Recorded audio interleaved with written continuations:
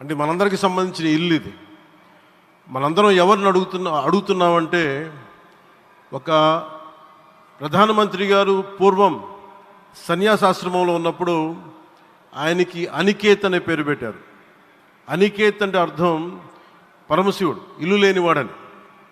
అలాంటి ఇల్లు లేనివాడు, కుటుంబం లేనివాడు 5 కోట్ల మంది కుటుంబాలకు, 5 కోట్ల మంది ప్రజల కోసం, ఎన్ని కోట్ల కుటుంబాల కోసం మనందరికీ రాజధానిలో ఒక నగరం నిర్మించడానికి, ఇల్లు నిర్మించుకోవడానికి ఇల్లు లేకుండా 140 కోట్ల మంది ప్రజల బాధ్యత తీసుకొని కశ్మీర్ నుంచి కన్యాకుమారి వరకు, అక్కడ కామాఖ్య నుంచి ద్వారకా వరకు ప్రపంచమే, మన దేశమే తన కుటుంబంగా చేసుకుంటూ, ఈ భారతదేశమే తన ఇల్లుగా చేసుకొని తిరిగి పునఃప్రారంభానికి విచ్చేసిన గౌరవ ప్రధానమంత్రి శ్రీ నరేంద్ర మోదీ గారికి మనస్ఫూర్తిగా మన అందరి తరపున, ఆంధ్రప్రదేశ్ ప్రజలందరి తరపున, అమరావతి రైతాంగం తరపున, ఆడపడుచుల తరపున వారికి చేతులెత్తి హృదయపూర్వక నమస్కారాలు తెలియజేస్తున్నాను.